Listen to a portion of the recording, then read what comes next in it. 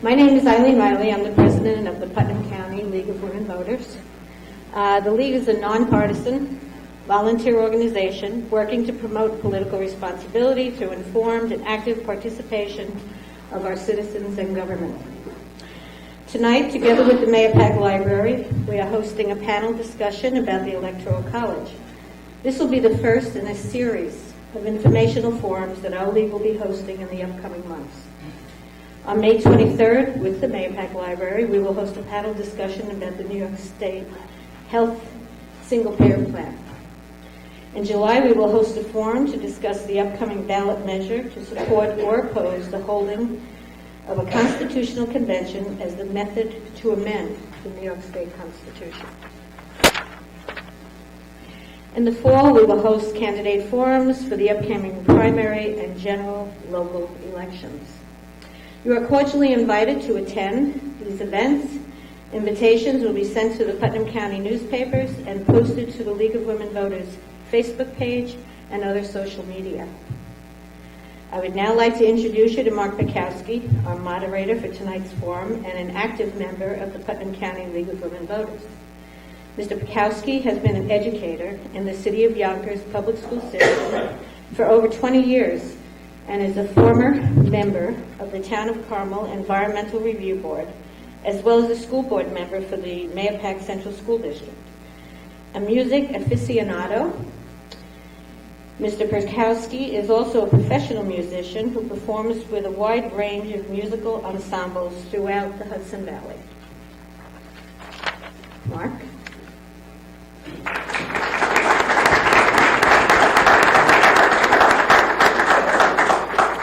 Thank you very much. Ladies and gentlemen, before we do anything else, will you all please rise as we do the Pledge of Allegiance? I pledge allegiance to the flag of the United States of America and to the republic for which it stands, one nation, under God, indivisible, with liberty and justice for all. Thank you very much. It is so nice to see so many of you here tonight. We have what I think is going to be a wonderful and informative evening ahead of us. As our President Eileen Riley said, my name is Marc Pekowsky, and I am indeed a member of the League of Women Voters. It is not for women only. And I thank you on behalf of the League for participating in this event. Tonight's forum, the Electoral College versus the popular vote, will proceed as follows. And we're going to give each of our panelists up to 20 minutes. They don't have to use all 20 minutes, but they have up to 20 minutes to expound on their views and perspective on our topic for the evening. After each panelist has spoken, you, the audience, will have the opportunity to pose 1-minute questions to our candidate. We have a microphone set up on the side. At the proper time, if you would like to line up to ask questions of our panelists, you may do so. And in the interest of giving everybody who wishes to ask a question the opportunity to do so, we're going to ask that the panelists keep their responses brief to maybe no more than 2 minutes or so at the most, so that anybody who wishes to speak may do so. Tonight's forum is intended to be informational in nature. Looking out over this audience, I'm sure what I'm about to say is going to be largely irrelevant, but we would say that we ask that everyone conduct themselves in the spirit of civic discourse, allowing everybody to express themselves without disruption or rancor. Those who are unable to do so, we do need to say, will be asked to leave. The forum will be videotaped tonight and will be available for viewing on Comcast and Optimum Cablevision local channels. So, without any further ado, allow me to introduce our panelists. We have with us right now Barbara Bartoletti. Give her a round of applause. And Mr. Anthony Scannapieco.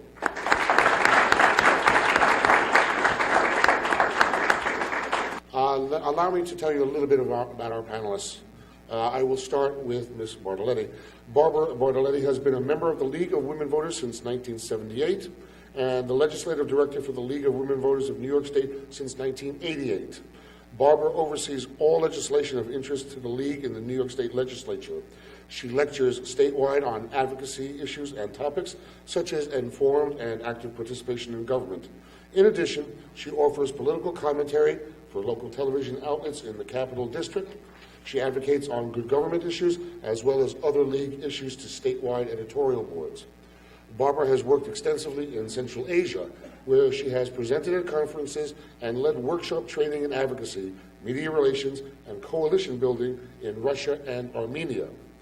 Barbara also gives numerous workshops for not-for-profit advocacy organizations to help them impact state government. She is a member of the Regents Advisory Commission for Accreditation of Proprietary Colleges and the Federal Election Assistance Commission Advisory Board in Washington, D.C. In July 2013, Barbara was appointed by Governor Andrew Cuomo as a special advisor to the Moreland Commission to investigate public corruption. The commission was disbanded by the governor in 2014. Mr. Scannapieco. Mr. Anthony Scannapieco is the election commissioner of the Putnam County Board of Elections, guiding the elections process for the past 26 years. His long-standing commitment to public service commenced when he joined the United States Air Force at age 18. After earning the rank of Staff Sergeant, he continued to serve our country within the New York Air National Guard for a total of 26 years, retiring as a Master Sergeant. Anthony's commitment to the Republican Party throughout his life has been unwavering. He has served as the chairman of the Town of Carmel's Republican Committee for 32 years, the Legislative Committee Chairman of the Election Commissioners Association of New York, and the Republican Caucus Chairman, Election Commission Association since 2002. Currently, he serves as the chairman of the Putnam County Republican Committee, a seat which he has held for 18 years. Anthony holds an associate's degree in fire protection technology, a bachelor's degree in public safety, a master's degree in public administration from Pace University, and a doctorate of philosophy in public administration from LaSalle University. Those are our speakers. Let's give them all a round of applause.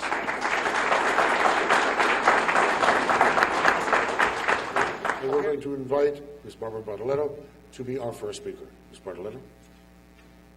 Thank you.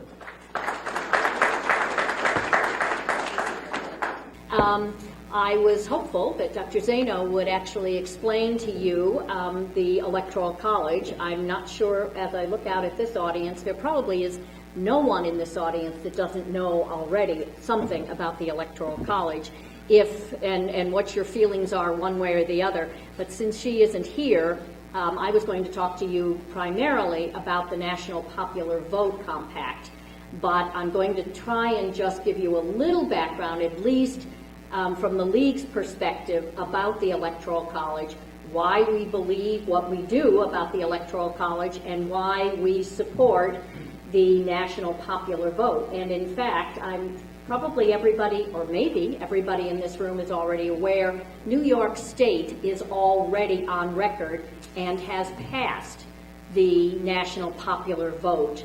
So in New York, we were one of 11 states, and we're essentially done with that process because we have passed it. Now we have to just sit and wait for the ultimate of 271 votes, and I'll explain to you why 270 votes is operative. But I'm going to start, I'm not going to be able to fill her shoes, but I'm going to at least give you a little bit of background on the League's position on the Electoral College and why it is we want it abolished. We actually have held the position of abolishing the Electoral College since the 1970s. We are not Johnny-come-lately on that position at all. We, as many of you who are League members, are aware, the League doesn't do anything haphazardly. We are an organization of grassroots, so we are bottom up.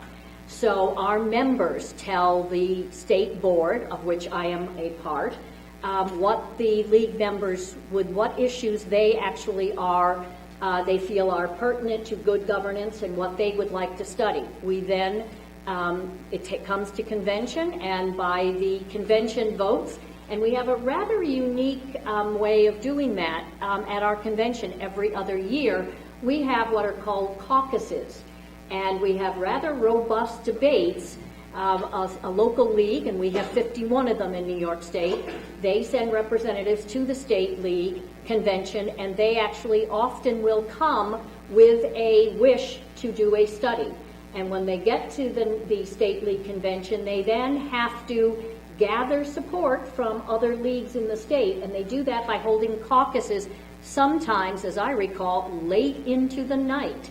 If you are a member and you strongly believe in whether it's universal health care or juvenile justice or education or any of the issues that the league has positions on, or more to the point, doesn't have a position on, you can bring that case to the state convention, and you can lobby your other fellow leagues, and if you are successful, the state league then, you bring it to the floor, it is debated, we have pro and con mics, and sometimes the debate goes on I've seen debates that go on for an hour and a half on the floor, and then finally we come to a consensus.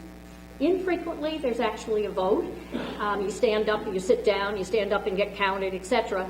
But mostly it's by consensus, and we then begin to study an issue. That just begins sometimes a year, sometimes 18 months long, of our local leagues getting the information to actually study an issue. And that's exactly what happened with the Electoral College. A local league brought it to the national convention because we have local leagues in all of the 50 states and all of our territories. And so they brought this issue before the national board. It was voted on. It was studied extensively way back in the 1970s, and the National League came to a position. Because the league is a tri-level organization, once national has taken a position, then the local, automatically the state leagues have that position all the way down to the local leagues. If you oppose a league position, you are certainly an individual and you have every right to just remain silent. If you, or voice your concerns if you're an individual. If you are a league leader, as the president of the league is here tonight, then you have to remain silent if you don't agree with the league position. Doesn't happen very often, but occasionally. We're like everybody else. We have very strong opinions about issues. On this issue, however, the Electoral College, as far as I remember, there was no debate. It was more or less, one studied, there was unanimous agreement that the U.S. League and therefore its subsidiaries should indeed go forward with the position to abolish the Electoral College. For the reasons I was hoping that Dr. Zeno would help explore tonight, she's much more an expert on this than I am, but I can tell you how the League feels that one person, one vote is supreme in a representative democracy, that every person should have the same right as every other person to vote for, in this case, the President and the Vice President of the United States. So we do not feel that the Electoral College, and let me just tell you the way that many of us look at the Electoral College. As I'm sure all of you studied in history class, the Electoral College goes back to our founding fathers. Now think about what was going on at the time in this young country of ours. First of all, did women have the right to vote? No. Did African Americans have the right to vote? No. If you did not own property, did you have a right to vote? No. So it was a very small group of men. No offense to any of the men, and I'm thrilled there are so many men here tonight, but no offense to any of the men here, but it was a small group of property-owning men that were able to vote for the president and the vice president. So as we have become more of an, probably what we'd call maybe an adolescent country now, we've only been in existence for 200 and almost 40 years now. So we have had our growing pains, and one of the things that we now do is we allow women to vote. We allow African Americans to vote. Many of us still don't own property, but we certainly are not restricted in our ability to vote for the leadership of our country. Is this by any chance our speaker? No, sorry. We studied the issue and we said, no, the Electoral College is like what I would call the appendix. It is, as you know, an appendix in our own bodies was probably useful millions of years ago, but it really is a hazard now. If you have something wrong with your appendix, you could be in physical danger. So we kind of look at the Electoral College in that way. It served its usefulness at the beginning of our country. It was a compromise, like the Louisiana Compromise and a lot of the other compromises that were done in American history. It was done for a reason in 1809 or 1789, whenever it was that we drew up the Constitution. I should remember that. And it served its purpose then. It was a compromise between allowing just Congress to vote for president and vice president and allowing people to actually vote, the individual. And so they constructed this rather interesting thing that we now know of as the Electoral College. There have been 5 times in our history now that the Electoral College has let us down. Way back in and I do have the notes here, I specifically, back in 1824, yes, you and I read the same articles. Back in 1824 was the first time. That was a rather unique because John Quincy Adams, he became president because they threw it into the House of Representatives, which I must tell you, to my knowledge, has never happened again. But then again, it happened in 1876, it happened in 1888, it happened in the year 2000, and now it has happened again in 2016. The person that sits in the highest office in the land did not win the popular vote. He, and I'd like to be able at some point in my lifetime say she, but so far it's all been he did not win the popular vote in any of those elections and yet became the President of the United States.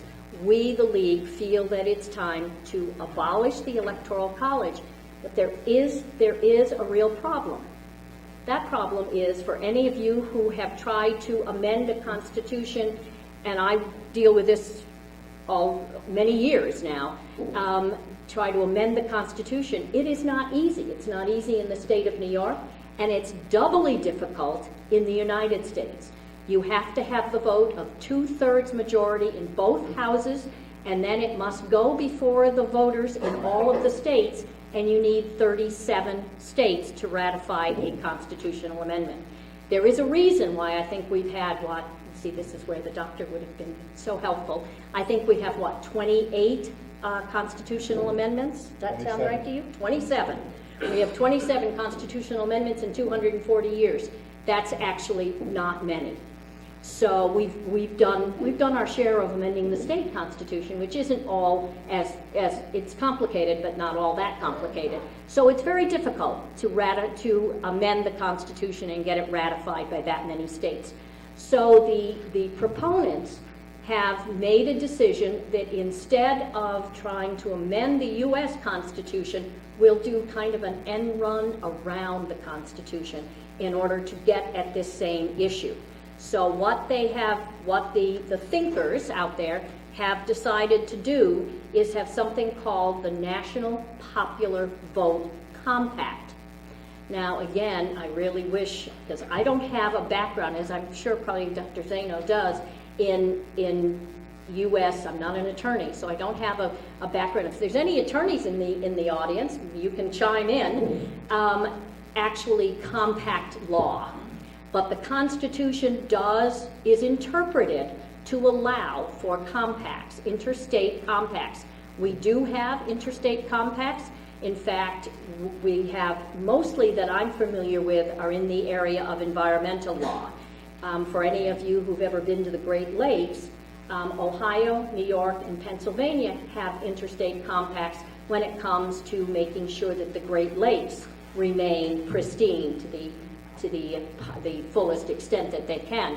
So there are compacts, and the Constitution does agree with interstate compacts. So they feel, the proponents of this National Popular Compact feel that they would not, it would sustain, and the Supreme Court has ruled several times that compacts are legal, and that they feel this would sustain constitutional muster. So what this is all about is it goes to the legislature, and in the New York State legislature, as many of you know, very often our Assembly and our Senate don't agree on much. They have to agree on a budget. They were a little late this year, but they actually have to agree on a budget. But there are many sessions where they agree on little else. But on this, they did agree. Now, from a political point of view, the Assembly passed it first, and this was done, I'm trying to think back, but it's got to have been 4 sessions ago, 3 to 4 sessions ago. The Assembly passed it first, as one might imagine, but our state Senate, who at that point was also, and still is, majority ruled by kind of a cobbled together coalition of Republicans, and it's led by, and he wasn't the majority, John Flanagan was not the majority leader at that time, it was Dean Skelos, and the IDC, which is the Independent Democratic Caucus, probably many of you are familiar with that, and they actually vote often with the Republicans. And I have 2 theories on why the Republican-controlled state Senate did agree to this. I think one of them was very political reason, and that was not anything to argue about. It's never going to go nationally. Don't worry about it. It's an easy vote for people to take. And believe me, in whether you're talking about the state assembly or you're talking about the state senate or you're talking about legislators in general, it's always about, will this be a difficult vote for me to take? And the consensus was that it would not be a difficult vote. So we are now one, and so it passed. We are now one of 11 states that have passed the National Popular Vote Compact.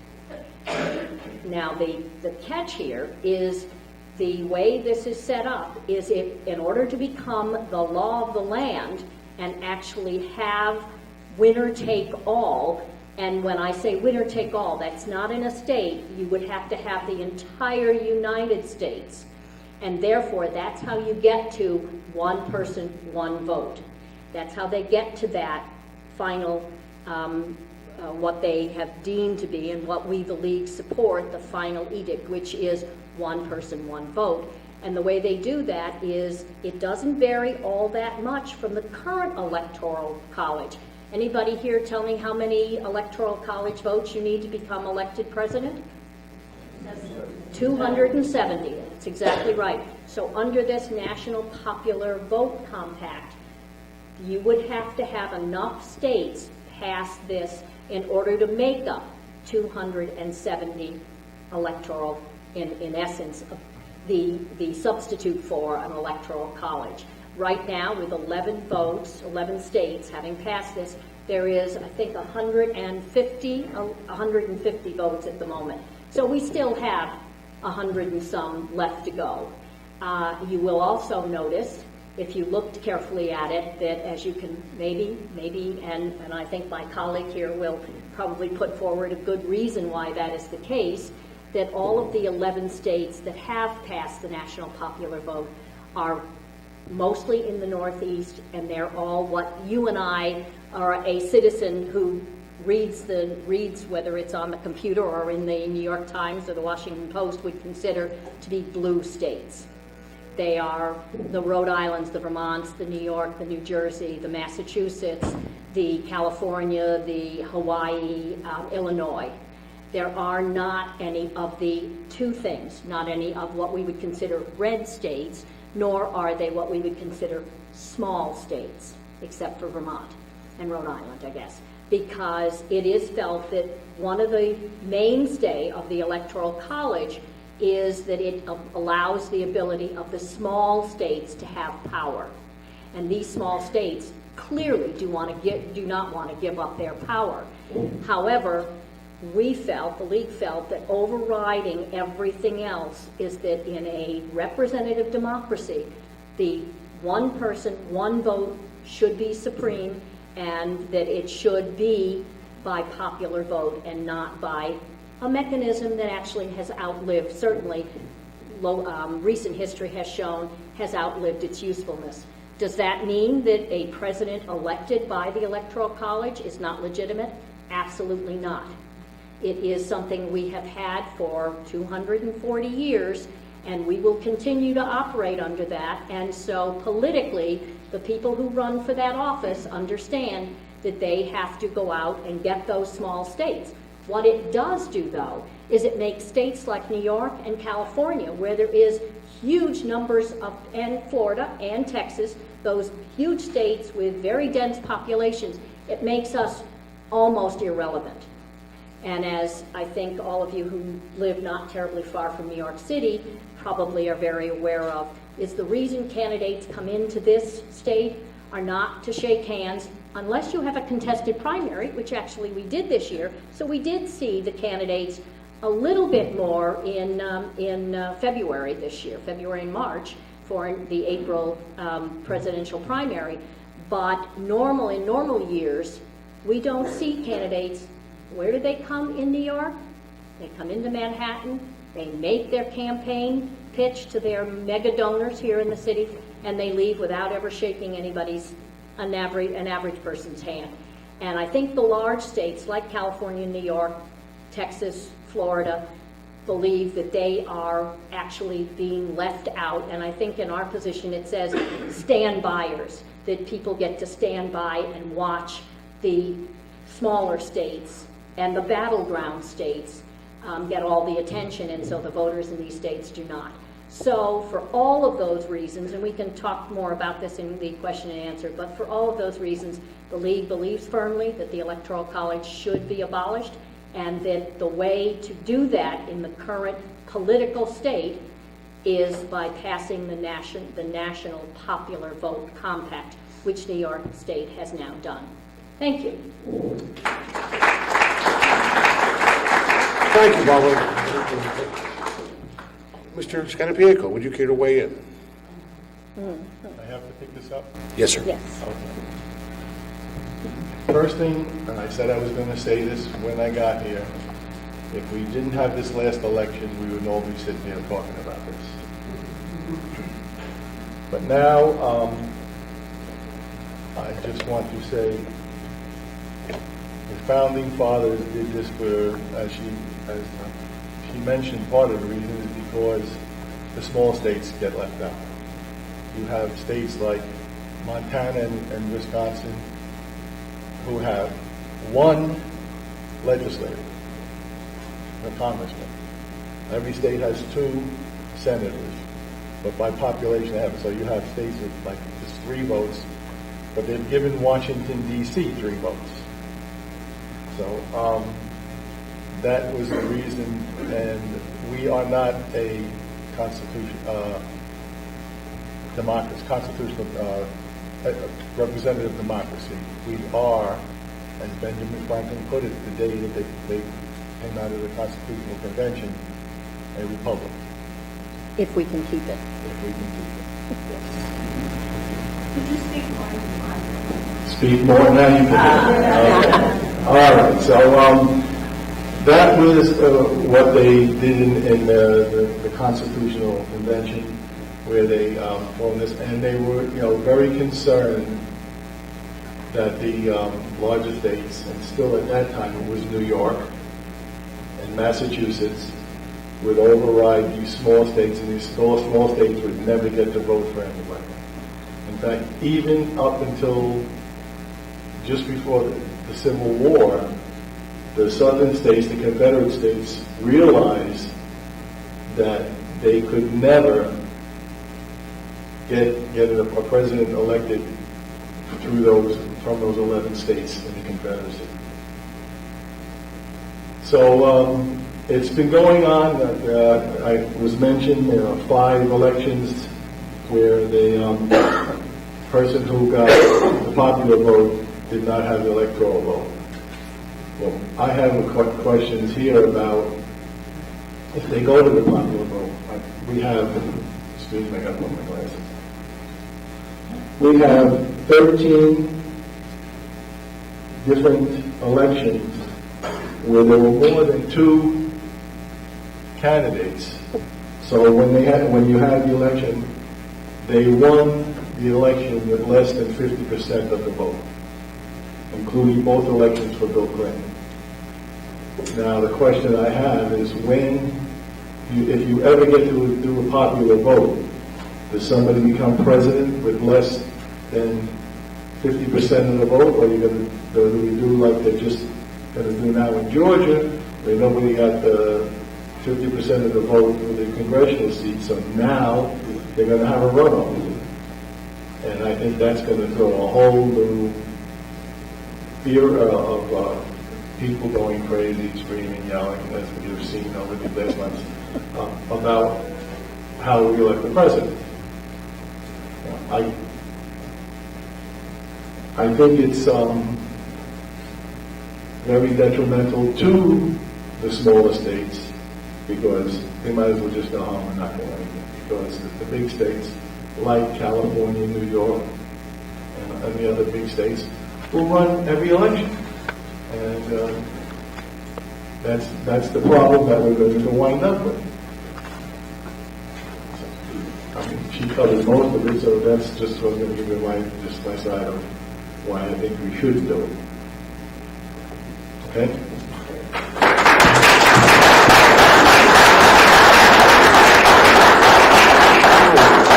Thank you very much, both of you. Allow me to throw a couple of questions out. First of all, Mr. Scannapieco, you talk about the Electoral College being a way to buttress the rights or the ability to participate for small states. What about Barbara's historical aspect of the Electoral College as a way to consolidate power in the hands of an elite few? For that reason, should the Electoral College not be considered outdated purely on that basis? I don't think the Microphone, sir? Oh, sorry. I'm not used to using the microphone. I don't think that the Electoral College is going to consolidate anything in the elite view. The parties pick their electors. Of course, as Republicans in New York State, we pick the electors because we like to waste our time. But Explain that. well, our electors don't get to vote because the state of New York goes Democrat all the time. So our electors don't. It's the Democratic electors who are picked by the Democratic Party get to vote for the president. And the parties represent the people. I mean, that's what we have. Can you explain to us, because I'm not sure many people know exactly how people are chosen and how they become delegates to the Electoral College? The parties pick the delegates. I know that I really don't know a lot about it. I know that Democrats put their electors on the ballot. The Republican Party does not. They're picked within the party system. Every state is different. The Yes. states determine that. Yes, they do. Have you ever been an electoral? No. Okay, that's good to know. No, neither have I. Neither have They're I. almost everything else. If they elect the electoral is not one of them. I wasn't delegate to the convention this year, the first time. In talking about protecting the rights of the states of different sizes and different populations, wouldn't you both say that our very system of two senators was meant to protect their rights, and the fact that despite their population being represented by different numbers in the House of Representatives, the mere fact that each state has an equal number of senators, doesn't that balance out their inequalities in terms of population? No. Well, it certainly does in Congress. I mean, that's why we have the checks and balances we have. Certainly, every state, no matter the size of the population in the state, gets two senators, so that is a check against the larger states having more Congress people.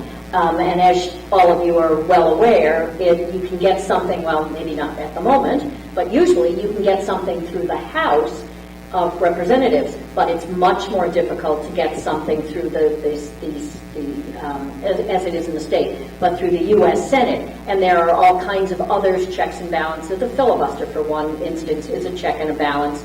so that they try to balance. It seems, though, that in the Electoral College, which is a vestige of way back before many of us in this room, in fact, I might venture to say almost none of us no, because many of us are property owners now, but if you were female or if you were African American or if you didn't own a large plantation, you were not allowed to vote in the Electoral College. So it is certainly a vestige, and we would look at that today and say, really? I mean, that doesn't happen anymore today. So we really need, and you could think of it this way, we really need to modernize how we elect a president today. And that would be through one person, one vote, voting for whomever the person that goes out there and makes the effort to vote. And I would venture to say that one of the reasons that I think you talked about, that maybe all the larger states have more control than the smaller states do, that doesn't hold true, unfortunately, in New York State. New York State was, until this last election, was 49th in the nation as far as our voter turnout. We are abysmally poor. Now, we could, a whole different thing, you could do a whole forum on what's wrong with the barricades that we have, not voter suppression, I would never say that, but the barriers that we have to voting. Currently we are at 41. We did come up the scale a little bit. We've gone from 49th to 41st after this election. But we really, in New York State, do not turn out in many of our elections. So we do not exert the influence that many of the large states do. California, Texas, some of the northwestern states have different voting methods, and therefore they get more people to turn out. They may have more influence, but we do have that check and balance when it comes to congressional matters, but it is felt, at least by the League, and as I represent the League, I speak for the League, we felt and continue to feel, as we get more and more evidence, that the Electoral College is really not holding the current day thought. We look like from the countries that I've been in, I mean, they have all of their many problems, but they look at us and they go, really? That's the way you elect a president? You don't elect it by popular vote? So we are beginning to look as if, why do you still do that? It's 2017 now, not 18 or 1789. So I think if you want to look at it, we need to modernize how we elect a president. Sure. Ladies and gentlemen, I'm glad to see some of the hands. If you have a question, would you please rise and go to the microphone, form a line behind the microphone, and when you get to the microphone, if you would be so kind as to identify yourself to our guests, we would be very grateful. Sir? Can I just answer that? Oh, yes, absolutely, sir.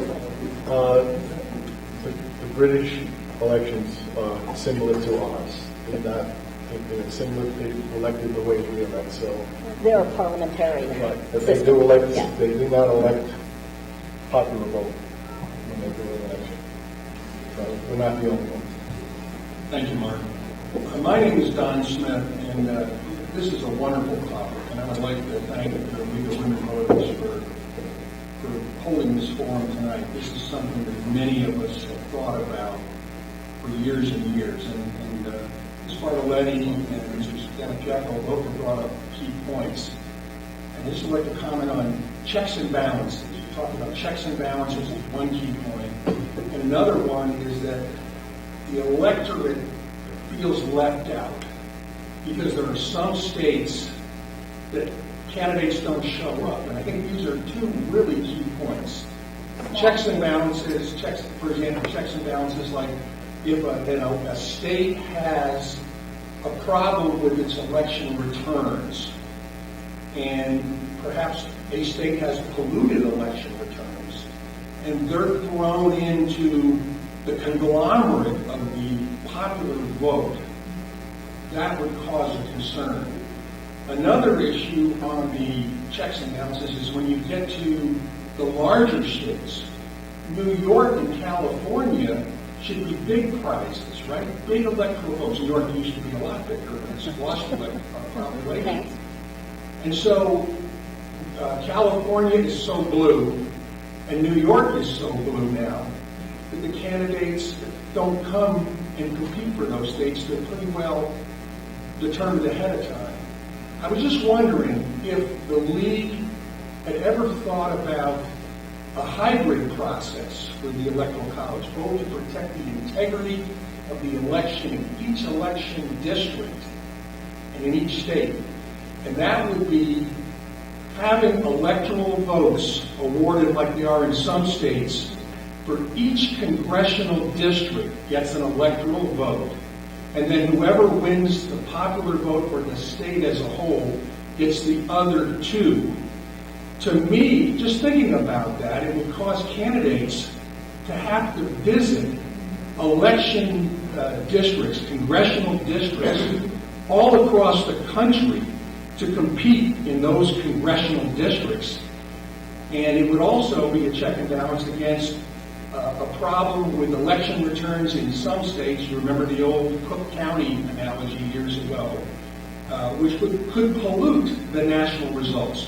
So I was just wondering if the league had looked at that prototype model of awarding one electoral vote for each congressional district and 2 electoral votes for winning the state as a whole. That's my question. To my knowledge, I was not there in the early 1970s when a lot of this was discussed, but it sounds like an extraordinarily reasonable thing to think about, because the main point that you make, I think, that is so pertinent, is that it would force candidates to actually come into congressional districts and actually do something more in New York except come for our money, or the big donors' monies out of New York City. So it certainly sounds reasonable. Now, I think you would find some smaller red states, take Iowa or maybe Kansas. I don't know politically how any of them within their congressional districts, they're pretty homogeneous, I would think. I mean, Iowa, I think, pretty much usually goes Republican. Kansas, I think there are some probably suburbs around Kansas City, as I think we just found out a couple of weeks ago, might be turning a little bit more, as we say politically, turning a little bit more purple. But it certainly, you're absolutely right, it would certainly force candidates to go in to maybe not spend all of their time in New Hampshire, Iowa, Ohio, and maybe even Pennsylvania. But that's not something that I'm aware of that we studied, because I think it would be very difficult to actually parse how you make that into a policy. But certainly it sounds terribly reasonable to me. How about you? Does it sound reasonable to you too? So we could agree, and then we could, become a force. Then we can, then somebody might listen. Microphone. Then somebody might listen to us, yes. Thank you very much. That sounds like a very reasonable thing to do, and I would encourage you to write an editorial about it, write an op-ed piece. Maybe you could start something. Because it just seems to me that it would protect the integrity of the process Yes. at the building block of our republic, the congressional districts. It would recognize the state as a whole with the 2 for the state at large. And then at the same time, it would make all of our voices count.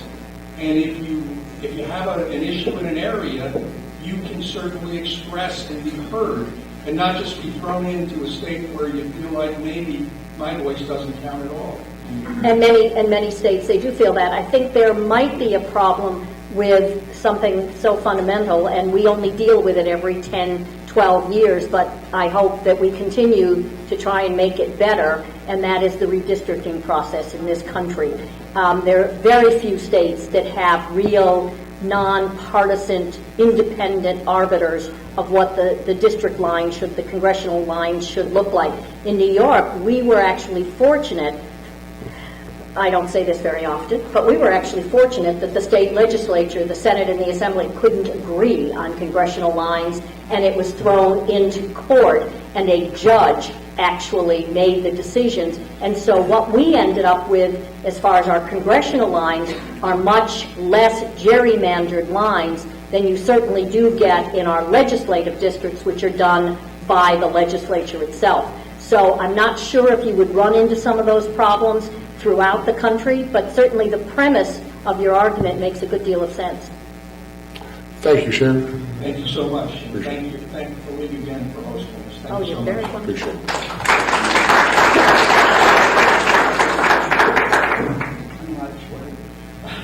I had actually had a similar thought that. Can you identify yourself for us, I'm please? sorry, Marshall Wolfman and Mahopac Public Library. I had a similar thought that perhaps the electoral votes could be divided based on popular vote within each state, which is, I think, a similar effect to that you're speaking of. But the problem now, and here's the basic problem with the electoral system, is somebody voting in the state of Montana, that vote counts more than my vote does, because they have those two senators regardless of the size of the state. And so it's disproportionate representation or for direct representation. But I do think that direct representation, direct elections would force the candidates to come to every part of the country, and that neither the small states nor the large states would be left out of the process, because they need to go and meet their voters everywhere. And so, there's this concern the small states would be neglected, but as it stands now, the large states are being neglected, and a larger number of people are being neglected, and their interests are being neglected. So, I don't think that no matter how you toss and turn the electoral votes, I don't think it's going to change that disproportionate representation. And that's why the League has supported the national popular vote.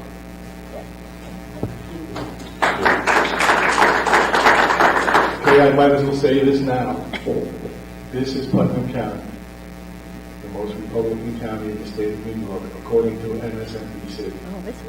So, and I didn't know I that. didn't ask MSNBC. I was sent this. Somebody's asked. So, if we're going to go with that, then everybody here in Putnam County shouldn't bother voting, because it doesn't count. We can't get a governor. We don't have. No, wait a minute. I remember Governor Pataki. Yeah, He was that there was for the last 12 time. hours. That was 1993. 12 years, rather. So occasionally you do get your way. But not anymore, not now. I don't see it happening now. So, when it happens, you can look at it both ways.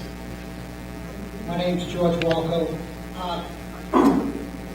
And what you said about 5 states, 6 states, it could be that 5 states from now on, 6 states, would be the only ones to pick the president.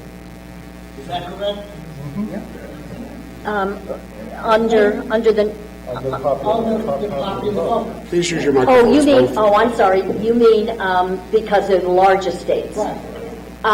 Well, they have the most, and you can, again, it's something you can look at both ways. You could say, well, that's where the majority of the population is, and therefore their concerns should be heard, and right now the concerns of the small states are being heard. So you're absolutely right. There are pros and cons on both sides. Would it not be safe to say that out of the big states, if you take in the cities alone, New York City, 10, 15 cities could elect the president, and that would be it? And that, if we're all going to be very realistic tonight, which maybe because I'm close to retirement, I feel I can be very realistic, that's exactly why this probably will never come to fruition. Because the states that are, I delineated for you the 11 states that currently have passed this national popular vote. They are, as I said, the larger states, the more what we would call blue states, and you have to get 270 electoral votes. I would venture a guess that is probably not going to happen, at least in my lifetime. Question for Tony. Tony, when somebody registers to vote, they check off that they're an American citizen, correct? Correct. Anybody check on that? No. Okay. So, what about sanctuary cities that are flooded. And according to the Pew Research, there's over 4 million illegal votes nationwide. We're here to talk about the Electoral College. Excuse me, ma'am. And that's fine. Excuse me. Please allow me to moderate this vote. We are, again, as we said at the beginning, yes, we may be swaying off the exact topic, but we are here tonight for a conversation, and I will allow the gentleman to finish his thought. Thank you. That popular vote would count towards the election, and there's no double checking. Thank you, sir. Okay, and actually, the league has many positions on voting rights. I will tell you that there have never been reported any cases of impersonation voting fraud. There are 31 cases between 2000 and 2016, 31 incidents throughout this nation of who would like to guess and how many millions of votes actually occur in the nation. So voter fraud is not a problem. People, when they sign their ballot, people under penalty of a felony, they say that they sign their name, they say, I am who I say I am, and I am an American citizen. Now, if you are, and let's just put it right there on the line, if you are an illegal, an undocumented immigrant, does anyone seriously think you're going to put yourself out there visibly and maybe have, particularly in this day and age, and have ICE at your doorstep the next minute? So we've never felt that voting fraud was a problem. However, your other points of the large cities controlling the popular vote is certainly a con for this issue, and I certainly understand exactly where you're coming from. As Tony said, we know people are coming in. You go to the big cities, they don't know. So, excuse me, I'm going to, so, Okay. because we do have people who are already on. Would you please? My name is Robin Cusiak, and I live in Garrison. And my question is, have you thought about what you would put in place? You're saying popular vote, one person, one vote. However, I think that's really what the Electoral College does now, why it was put in place. It was a hotly contested subject with the founders. They were afraid the states would lose their rights. They didn't want to be a federal, they didn't want to have federalism in the country. They wanted to be their own state. And so I think that's what the Electoral College does now. And I think that's what happened, say, in this last election and several others, is that those people, those little people with that one vote in the corner of Iowa somewhere, they actually were counted because of the Electoral College. And they were able to have a say in the national election where there's huge populations on the East and West Coast, which is very telling. Huge sections of the country would not be represented in the popular vote, in my opinion. And I also wonder if you would also condone having ID. How would we, I think the popular vote and voting in any case, we should have ID. I don't know what you think about that. Thank you.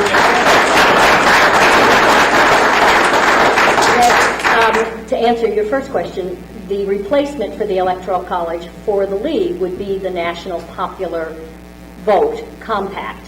And we have done that here in New York State. It has passed both houses of the legislature and has moved on. So it's no longer an issue here in New York State. But we could probably spend an entire evening talking about voting reform. I will tell you that the League does not consider that voter IDs are necessary. We do not currently have it in New York State. We do have it in some other states. It is in many other states as ruled by federal judges. It has been abused. As I said, we do not have voter suppression in this state, and that's what it's being called by the federal courts. However, we do have sufficient barriers in this state to voting that do keep our voter turnout quite depressed. We're one of only, whatever 37 from 50 is, 12 or 13 states that do not currently have early voting. We do not have early voting in this state. So if you are unable to vote between the hours of 6 a.m. and 9 p.m. in this state, you either have to have, and if you're going to be out of the state, we still have to have an employer's note or a doctor's note, or if you're seriously handicapped. Well, if you're handicapped, you can. If you're handicapped, you can get. You can go back. Okay, excuse me, folks. I'm going to allow the All you have to do is you have to put down you're going to be out of the county, not the state, out of the county. Because a couple of times before I was a commissioner, I was a fireman. If I was working in the firehouse, I would have to go an absentee ballot. You have to be out of the county, and all you do is put it down, and you just sign your name. Now, you can take me signing my name as just as anybody coming in and signing their name for everything else. And while I'm at it, my wife and I just got on the plane this morning at 5 o'clock in the morning. I had to show my ID twice to get out of the plane. So it's not that, this whole thing about people don't have ID. Who don't have ID? Everybody has ID. You can't go to the bank, you can't go buy beer. 52% of the people in New York City do not have a driver's license, and they must get a government ID, which is quite difficult. No, it isn't the only ID, you're absolutely right, but it is much more difficult to get an ID than you or I having a driver's license, which we do because we drive. So 52% of the people in New York City don't drive, so they have to get some other issue of, and it goes for large inner cities in whether it's Syracuse or Rochester or Buffalo or Yonkers or any of the other cities in the state. However, that's really not the issue, and I would just say then who exactly represents Diane?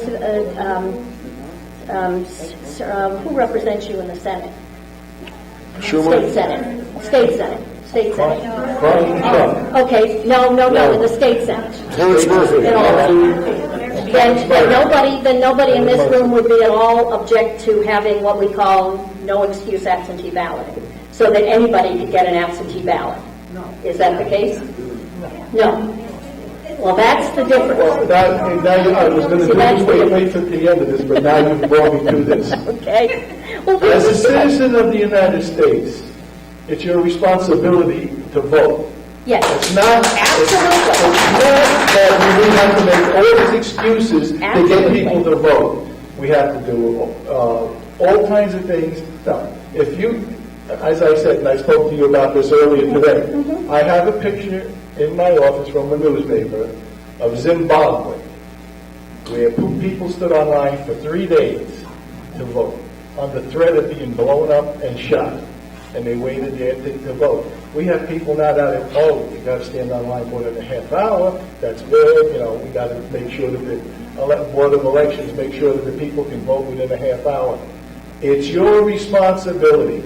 If you want to vote, go vote. It's not my responsibility to get you there. And if you're out of the county or you're sick? Or you're sick. You're doing absentee ballot. And you...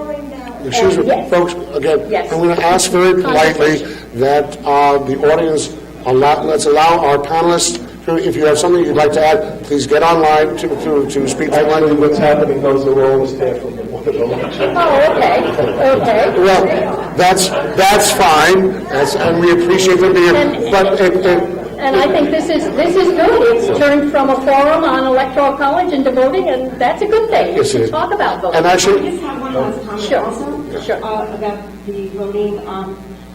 Another thing, along with the popular vote, I think would be good if we were to go to something like that, which I totally would disagree with, but I think there needs to be a holiday that day, national holiday, because then people could get there. Right now, only the federal workers have off. Everybody can vote the same day. A lot of countries do it like that. It's voting day. You wouldn't get any disagreement from the league on that at all. thank you. I don't know about Anthony. Thank you, Rob. Thank you very much.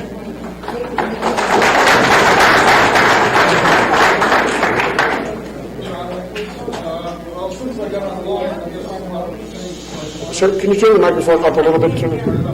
Yes, please. You got to get a little higher. Okay. And once again, will you identify yourself for us? Yeah, John Nichols. Thank you. And like I said, since I got online, a lot of the things changed before I left. Well, that's a good thing. But I still want to, well, I have a few things. First, I agree with what Mr. Scannapieco said first. If the election had turned out differently, we wouldn't be having these discussions. We've got people who just whine. And they constantly whine and they won't shut up. And that's why we're having this discussion. Sir, I'm going to jump in here for a second because I'm going to say I will wager that if the results were the other way, we would still be having it on the phone. We would have a different audience. And different speakers. I tend to think that I'm weighing it. When I John tend to Kennedy lost in 1960, Richard Nixon said not a word. When the grades in Cook County went 100% for the Democrats, then not a word was said. Republicans don't act like that. There's a difference in the way people think. well, sir, Well, as I said, the league has been dealing with this issue since 1970, several elections ago. Okay, but in any event, do you have a question for the panelists? I have a question, but I want to say a couple of things. Okay, too. that's good. The real issue, which was brought up about the number of illegal immigrants voting in this country, and the fact that the Democrat Party wants to increase its vote by just letting anybody vote in this election. Now, my question has to do with the fact, if you go to a direct popular vote, how long do you think it will be before the smaller states, because you know it's going to be, as it's said, 15 cities will dominate everything, before the smaller states say, we don't want to be part of this country anymore, and they're going to actually listen to them. Do you honestly think that anybody's going to stay in the Republic if they have absolutely no say whatsoever? Well, so far, I think the larger states that right at the moment feel as though they don't have any say, I don't think anybody thought they were going to succeed from the Union for any reason. I think we are a United States, and we will remain a United States. I think this is a robust discussion to have. That's how you have civic engagement, and I will say that I am thrilled that so many people have an interest in whether it's this issue or the voting issue, because only then will we truly have civic engagement. And that is part of being, Tony said, a republic, a representative democracy. You need to have people who actually can talk civilly, as we're doing tonight, to express all of the different views in this country. And what we do, unlike, and I will tell you, I worked in Russia and Armenia, both places, we did a series of workshops, and 2 weeks after we left St. Petersburg, the woman who headed our workshops was assassinated outside her apartment. So this country, we don't do that. We have forums like this, we have civic engagement, and we thrash out these issues, and that's a good thing. You mean like the way they thrash out issues at Berkeley? Well, I'm not going to defend anybody who actually gets, We have a discussion on the legitimacy of voting, people that don't belong to the country voting. Why don't you do that? Well, I think we have had that discussion over and over and over. Every time we have, whether it's a state election or whether it's a national election, I think we do have these issues where we talk about voting reform. You see this across the country, depending on what type of state you're in. And I can tell you that I sit in the advisory board of the Federal Election Commission, and I sit with secretaries of states from many of the red states, many of the what we would call blue states, purple states. Every one of those administrators, like Tony himself, I hope you don't mind if I call you that, Anthony? You don't mind if I call you? What? Anthony? Call me Anthony, call me Tony. Okay. I think all of those people that administer elections are trying their very best to make sure that they administer those elections accurately, that we haven't seen voter fraud, and these people, like Anthony, do the very best. Will you, have you seen? Excuse me, madam, Excuse me, no. Out of bounds, we will not tolerate that. Please don't do that again. Thank I you. think the Thank you. election administrators try very, very hard to make sure that elections are certainly legitimate. Two comments I wanted to make to this gentleman. Number one, as I said earlier, one of the things that was the concern before the Civil War was that the southern states were never going to be able to elect anybody anymore. And that was one of the... Secondly, right after the election, I'll be kind. The people in California were talking about seceding from the United States. And the people in Staten Island talk about it all the time, too. So, I mean, it was brought up. And then, what was the other question somebody just asked? Oh, you asked. Have I seen voter fraud? Yes. Not a lot of voter fraud, but I've seen it. I mean, I've seen what we mostly get is people move out of Putnam County. Yes. And you see that a lot. And they move Yes. to, Yes.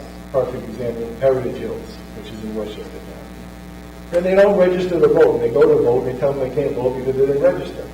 They come back up here, they go into the polling place, and they vote. Because they're still on the books, because we don't know that they've moved. One case I'm going to give you, and this is a true story, and this has truly happened to me in the Board of Elections on Election Day when they come in to see a judge. This man and his daughter come in, and they're swearing up and down that they did not move. We have them that they moved. So I went to one of the staff. I says, look up the daughter on Facebook. Smart man. And look the daughter up on Facebook. It says, Hopewell Junction. That's in Dutchess County. So I called the father and told him, I says, here, look at this. I said, now, if you want to sign those papers saying that you live in Putnam County, I said, that's a felony. Yes, absolutely. And that's effective administration of elections. But, you don't see this all the time, and like I said, I was a fireman in the city of Yonkers, and I worked on election day, and they had the firehouses and polling places. The people coming in, these people don't know who all these people are. Here, you go in, most of these people, I even had a discussion with one of the commissioners from New York City, who now is a state commissioner. And he was telling me, when a person goes in a nursing home, they got to register from the nursing home. I said, these people where I live don't want to register from it. They want to register where they live, and they know all the elected officials. I said, I realize you live in Manhattan, and you don't know the people who live in your own building. I said, but this is a different place and a different way things are done. Well, and certainly where outside of Albany, we have had voter fraud, people have been prosecuted, but it was actually the party workers, both parties, we've had it with both parties, that would go into nursing homes and say, oh, dear little Miss Smith, just sign your name here, I'll help you do this. And people were prosecuted, and it was both parties. That is the type of voter fraud. It has stopped now because people were jailed because of it. So that kind of voter fraud we have seen in the past. It's mostly absentee ballot in nursing homes. But we have not seen, nowhere across the country is there flagrant voter impersonation. It just doesn't exist. Well, the legislature passed a law that any nursing home Yes. over 25 residents, we have to send our people out. Yes, and we did that. Because there was That's a right. problem We did that. with social workers filling out. That's right. We passed that for that reason. Yes. We have another speaker at the microphone. Good evening, and thank you to the league and to the panelists for this conversation. My question is about the National Popular... Oh, Gabriel again, I'm sorry. Thank you, sir. Sorry, Mark. Question about the National Popular Vote movement that's going on. Short of a constitutional amendment, how do you envision that surviving an equal protection challenge?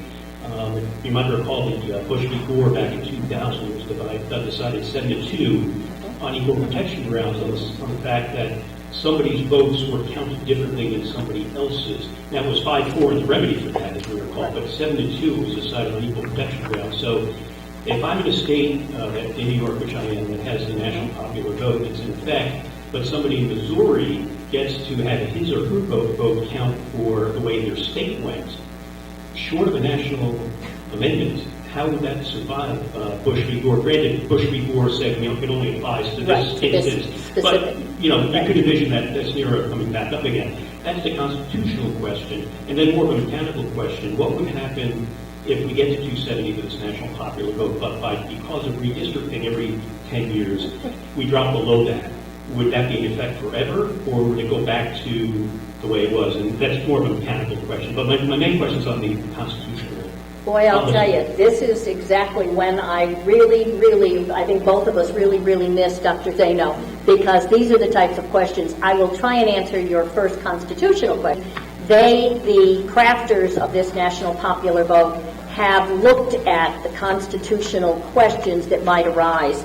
And according to that information, they have, the U.S. Supreme Court has repeatedly characterized the authority of the states over the manner of awarding their electoral votes as plenary. And are you an attorney? Anybody here an attorney? I'm a nice guy anyway. Oh, you're a nice guy anyway. Okay, we won't hold that against you, but you would probably know that as plenary and exclusive. So, in other words, and that's according to Article 2, Section 1, Clause 2 of the U.S. Constitution, that the states could indeed do this under this Constitution without getting a constitutional crisis. However, that said, I don't know about the equal... well, that would be the question, the due process the 14th clause. Amendment came in, about 80 or 90 years after the Constitution was drafted. And of course, the 14th Amendment, as you know, contains the Equal Protection Clause, which applies to all laws even before that. So, again, I'm not a constitutional expert, but I think that this issue might run into that problem, particularly in light of Bush v. Gore, because don't forget the Bush v. Gore was set up to allow in Florida anyway, to allow the judges, the legislature decided the judges to make the rule, but even then, that plenary power that was delegated by the state legislature was overruled by the Supreme Court. So just food for thought. I think it might have some significant roadblocks there. I'm sure, and to be perfectly, as I said, to be perfectly realistic with all of you, this is an issue whose time has not come. There's, about 150 electoral votes right now of the 11 states that have passed it. The possibility that there's going to be a rush of future states that would bring us up to the 270 threshold, which is what would be needed to put this nationwide, is probably very far down the road. So at that point, certainly it might go back to the Supreme Court, and we'll see whoever, and probably Mr. Gorsuch would still be on the Supreme Court because he's very young. Well, what happens to my vote in the meantime? If it does go into effect, and then we have to wait for, God forbid, a national election. Well, if it went into effect, it would function, and then we would have to obviously wait for somebody, perhaps you, to bring. I don't think you or I, or the three of us, will still be alive by then. But at any rate, it would be up to some case to be brought before the Supreme Court. I don't see this realistically because of the issues we've discussed tonight, the issues of the small states. I'm not sure I see it getting to that 270 threshold.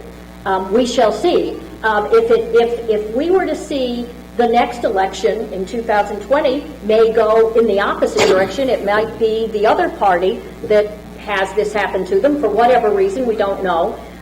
There may be a swing at some point where there is both purple, red, and blue states that say, okay, we've had enough of this, not electing a president by the popular vote, that there could be a surge. I don't see that in the polarization we see in our elections today. And as far as a procedural or mechanical question, we go above and then come back down? Have any of the statutes address that? No, not to my knowledge. None of them do address that. No, because I think people feel the same way. This is far from happening. July 9th, 1868.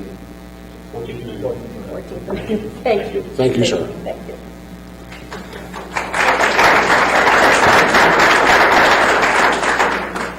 David Hall, I'm a member of the League of Women Voters. A few questions that just have crossed my mind. Why are there so few young people here when the legal voting age begins at 21? 18. 18. 18. When I started voting, you were 20. Me too. And boy, Anthony, we have more in common than one would think. Yeah, me And a too. couple other things.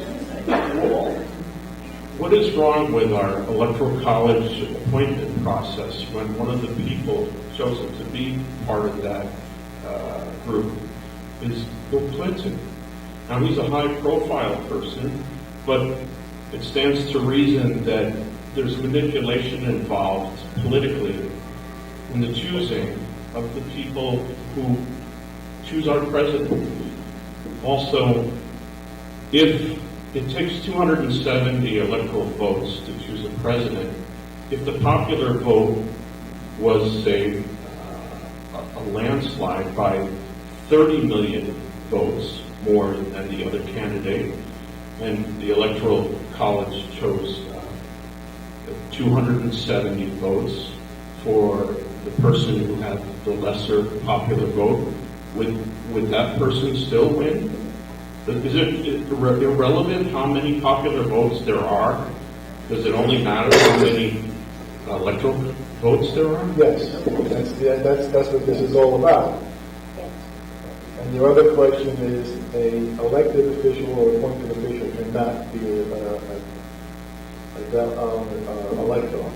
But if somebody who's not anymore, like President Clinton, could be. And Tony would be much more equipped to answer this question than I am, since we are a nonpartisan organization.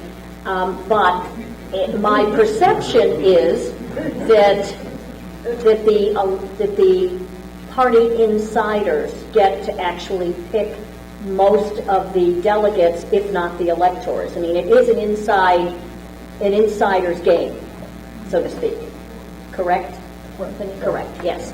Yes. And as an observer, you can see that the people that have worked in the parties have carried the petitions and worked in the polls and worked for the party in whatever capacity.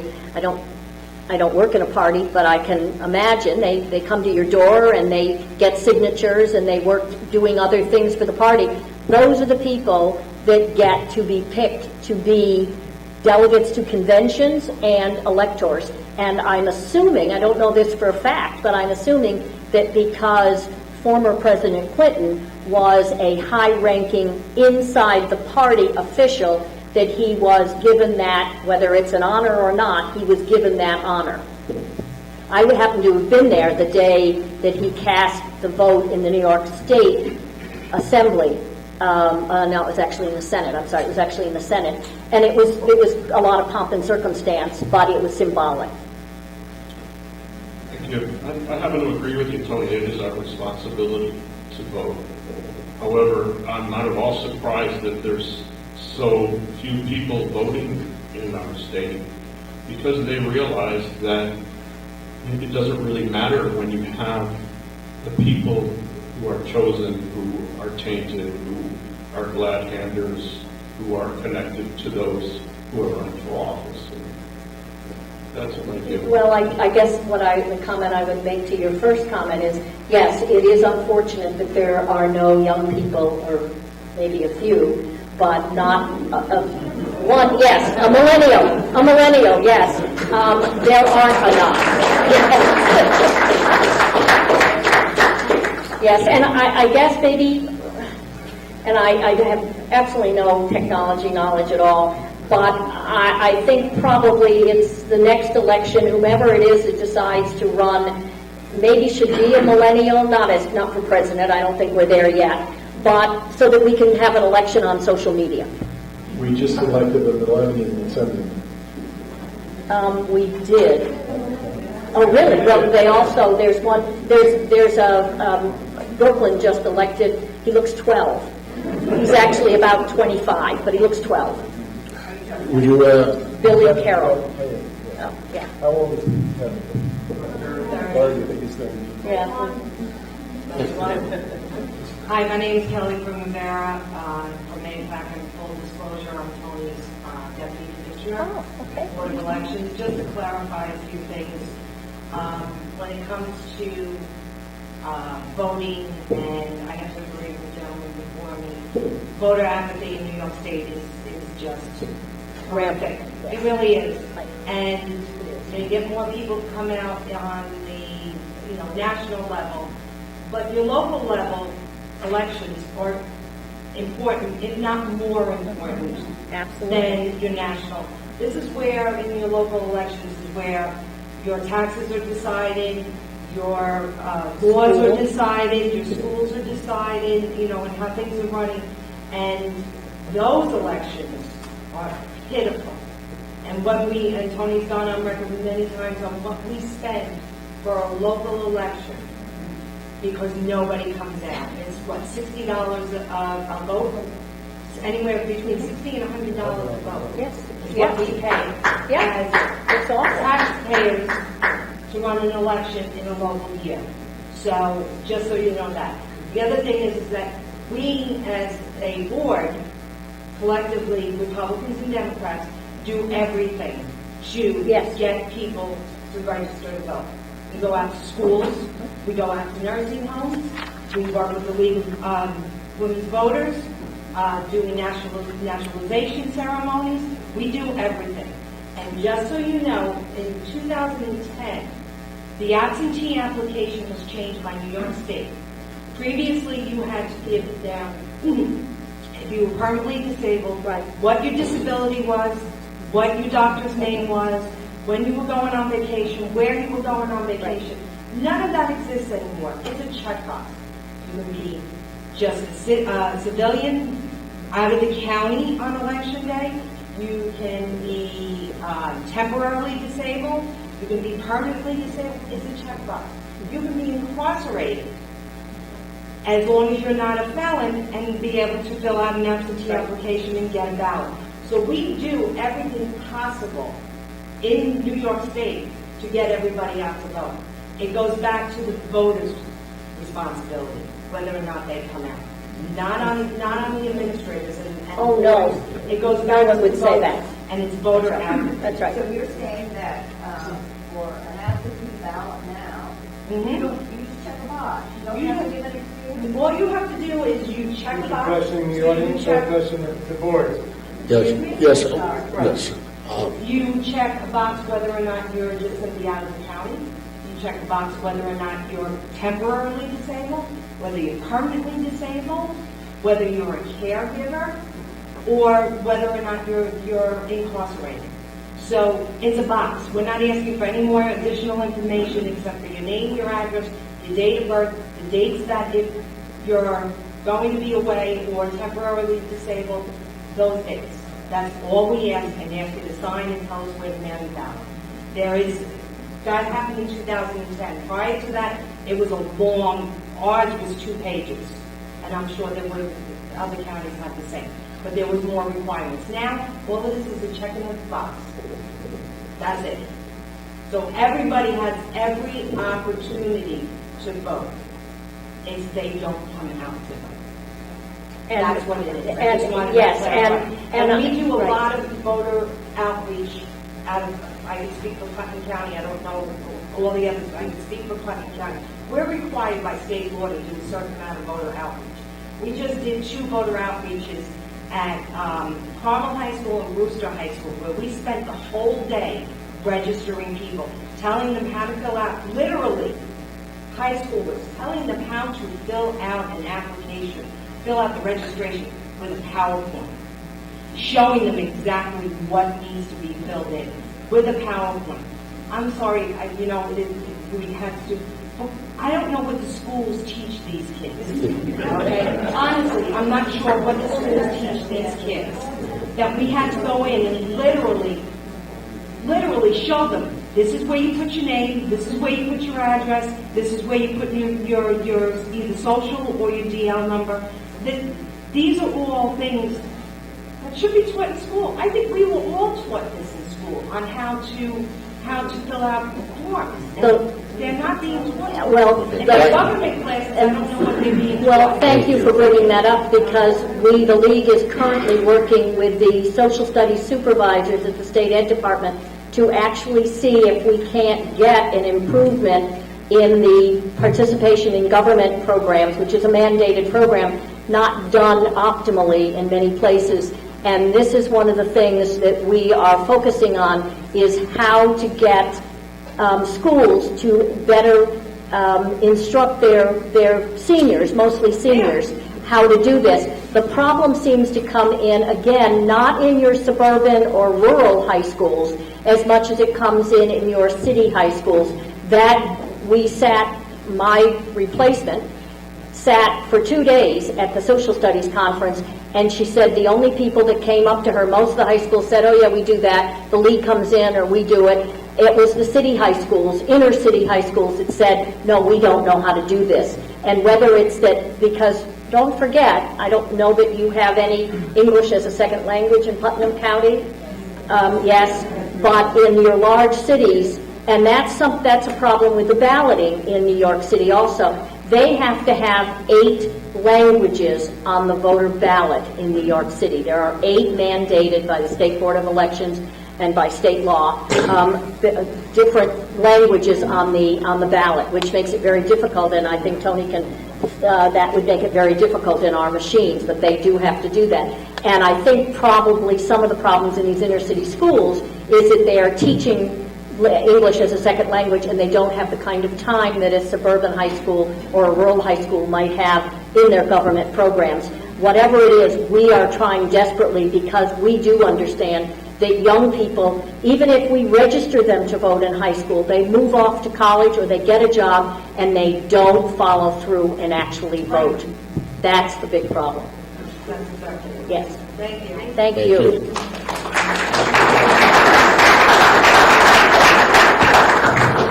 My name is Celeste Tice, and to piggyback on that, I would submit, as you mentioned before, that the reason that the voter turnout is so abysmal in New York State is because unless you can get there on a Tuesday between the appointed hours, you can't do it. I have voted in every single election since I was 18, which is a very long time.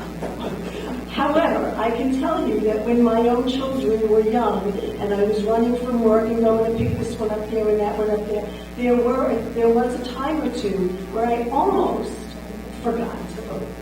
And so for people who aren't as conscientious as I am or dedicated or interested, it's easy to Not to. It is. And I'm wondering if you're aware of any legislation in New York State to expand voting to make it earlier. I mean, every country that I am aware of, many countries, vote on Sunday. Several things. Yes, there is legislation, and if I thought we were going to discuss this tonight, I would have brought a handout that delineates. In fact, I think our legislative agenda may actually, out on the table, may actually have that piece of legislation in it. But we have an early voting legislation that would allow residents to vote, I believe it's 8 days prior to the election. Now, that comes as a cost, as Tony can tell you. There is a cost to that. We tried desperately to get the governor to put money in the budget for this type of early voting, and we couldn't get it in the budget. So the legislation is out there, but unless you have money for these hardworking election administrators to actually do, it makes it very difficult to actually get that type of legislation passed. I'll look that up, but I would, so that is certainly a problem. But to your question about Sunday, don't forget New York is a very multicultural state, and Sunday is the Sabbath.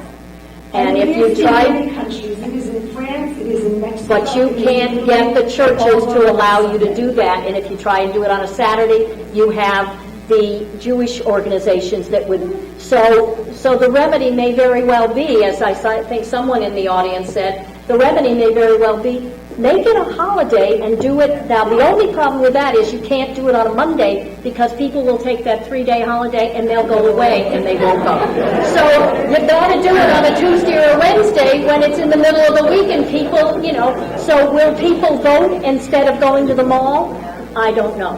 All right, but I think the opportunity, they need to be given that opportunity. Yes. Right now, Yes. it's a very narrow window to vote. Yes. Just one last point, when we were talking about voter fraud and immigrants, undocumented immigrants voting. On the New York State voter registration form, you need to fill out either the last 4 numbers of your Social Security or your driver's license.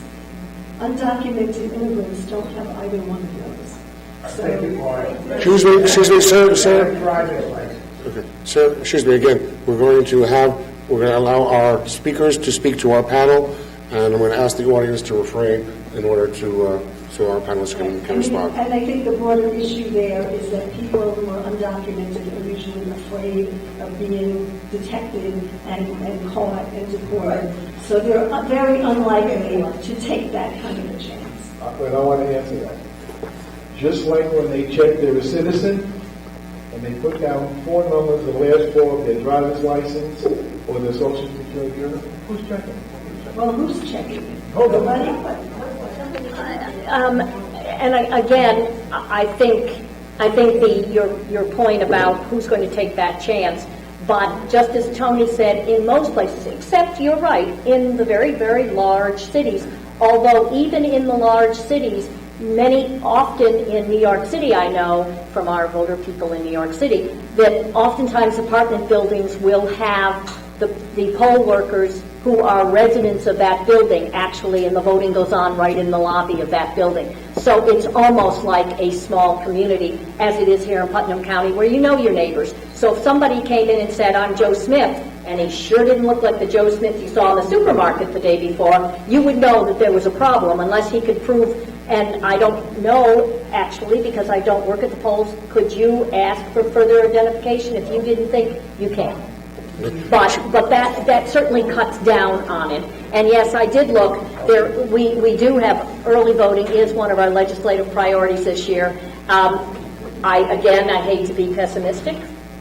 I've been around this is my 39th session in the state legislature, but legislators like the way they get elected, and they like the way they stay elected. And there is very little impetus for most of them to change the way the election process works, because they're always threatened by, maybe I won't get elected again if I change the way I have gotten elected. And therefore, voting reforms are the most difficult reforms, as difficult as campaign finance reform, and we all know how difficult that is to happen.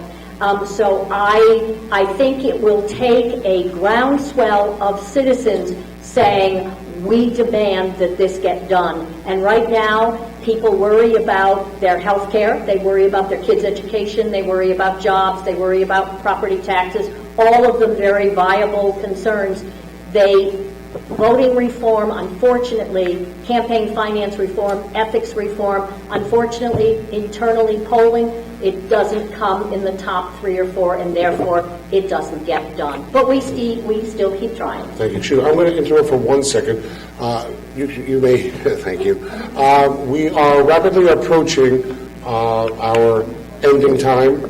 We have 3 people online who I hope, sir, would you like to come up, please? We have 3 people waiting to speak.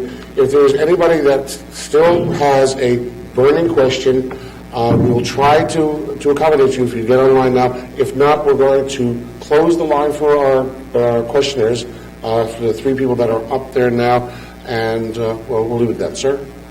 Thank you. My name is Louis Viotti. I'm from Garrison. And I would like to thank the group for putting on a very enlightening program. My first, just a random thought.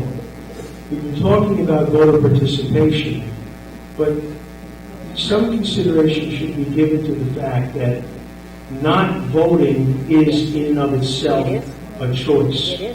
There are those people who don't care to vote because their current circumstances are such that either they don't see a connection to changing those circumstances, or they're satisfied with what those circumstances are. One or the other is probably the motivating factor. There may be others. Secondly, going back to the original topic, other than peek at the results in November of 2016 and November of 2000, what is the basic rationale? We are a constitutional republic, and it's the states that created the federal government, not the other way around. What is the basic rationale for wanting to essentially emasculate a large part of the authority and power of the states so that it can be, so that power will be concentrated in fewer hands rather than more hands. And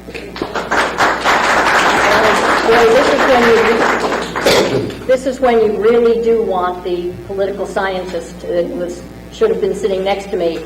I will just answer it to the best of my ability. I think going way back, the reason, and I think in the very beginning I talked about the reasons why the Electoral College, it was a compromise between the Congress and it was a compromise between the founders and the government and the Congress as to who was going to have and create that kind of power. It worked back then because it was a compromise and we needed it when we were a very small nation. It is now felt that it has become a hindrance because now you have lost the power of one man, one person, one vote.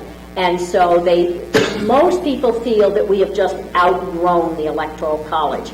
Now, I'm sure if we were sitting here in Iowa or New Hampshire, and you notice New Hampshire is not of those northeastern states. I don't believe New Hampshire was on the list.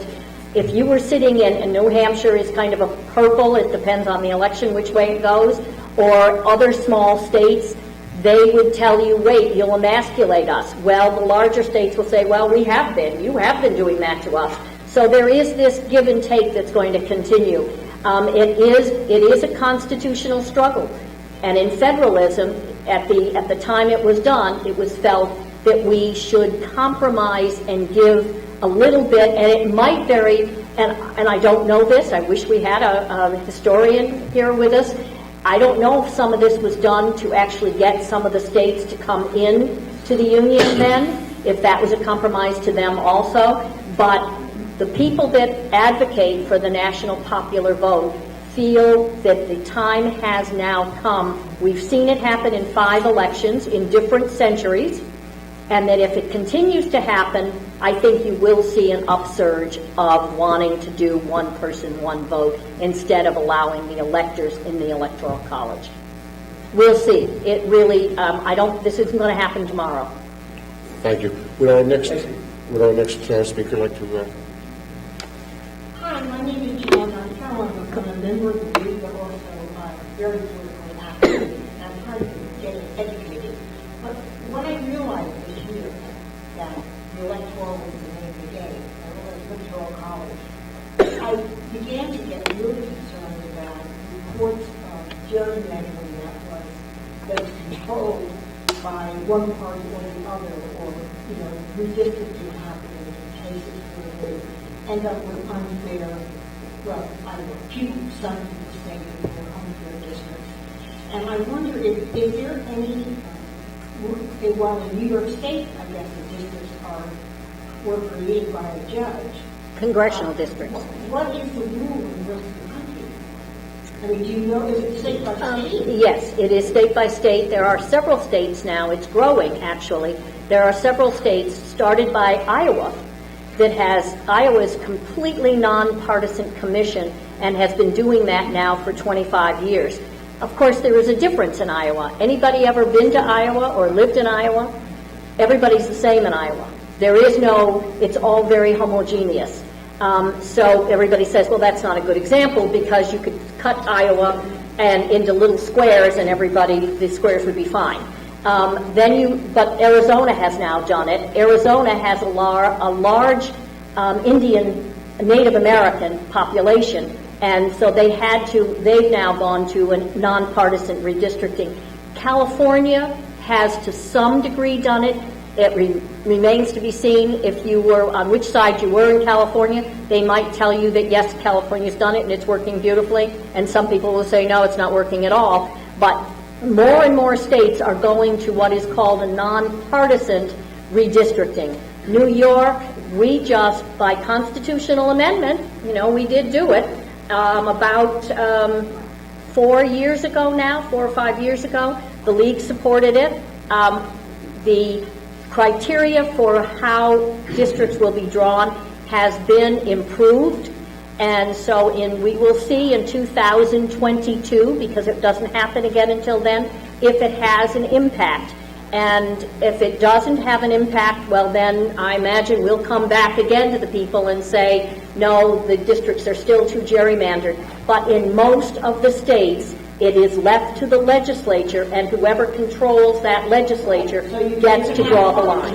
Excuse me, Chuck. I'm sorry to interrupt. Our time is rapidly running out. So what I'd like to ask, if you don't mind, I'd like to allow our last two, and I'm going to ask our panelists, if the questions are succinct, I'm going to ask that your answers be succinct as well, just in the interest of getting everybody a chance to get on. I'll make this quick, Mr. Springer. First observation is that the word federal and federal government refers to a federation of states, and this country was founded on having individual states that had their own way of doing things, and we should have one. That's number one. Number two, everybody here remembers the election in 2000, right?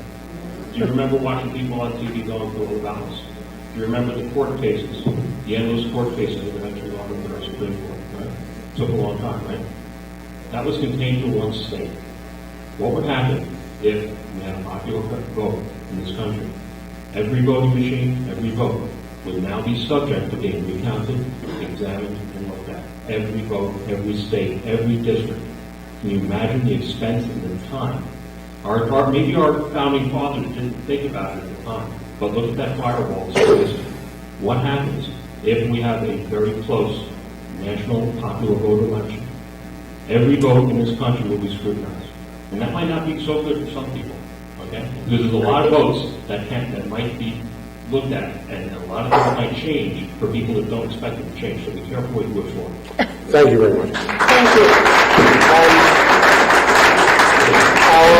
Our final questioner of the evening. Thank you so much. Vijay Saraswat, I live in Mahopac. So this has been a great evening. Thank you very much for hosting it, for participating in it. And I've listened very carefully to the arguments on both sides. But first of all, let me just start off by saying democracy is the worst form of government. By and large. The great thing about democracy is that there are rules. We have a constitution, we live by that constitution. And no form of election is perfect. None. We can devise all kinds of schemes, and as scientists, we have devised hundreds of different schemes. All have their faults, all have their strengths. Here we have a system. My basic question, like some of the people who just came by and asked was, what has really changed fundamentally about our country that causes us to say that we are no longer a federation of states, which is states that select the president and select the other thing. What has fundamentally changed? You have given many arguments, but none of those have found to hold water. Of course, there are many more people who now have the privilege of casting their votes. That says nothing about the Electoral College versus the popular vote. You have said that everyone's votes will get counted. But no, not at all. If you go to the popular vote, the density argument says vast swaths of the country will be ignored. So we will be in a situation where some more people get advantaged and some more get disadvantaged. I think we understand. It's very hard to get that working as a constitutional amendment. That's my basic point. Yes, you're absolutely right, no matter how you do it. I'm sorry, I didn't mean to cut anybody off. If anybody has, we were just interested in making sure that everybody got a chance to say and be heard. Ladies and gentlemen, we have come to the end of our forum. Would you please give Mr. Scannapieco and Mr. Stewart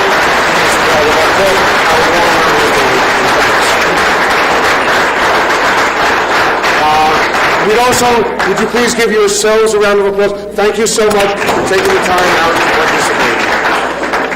We hope that you found this evening informative. Before you all leave, a message on behalf of the League of Women Voters. As you know, one of our missions is to host forums like this. However, we would be very grateful if on your way out, you would please consider donating to the League of Women Voters so that we can take it upon ourselves to hold further forums like this. Please stop at our table. Please give us your your mailing information, your email information, so that we can contact you with further events.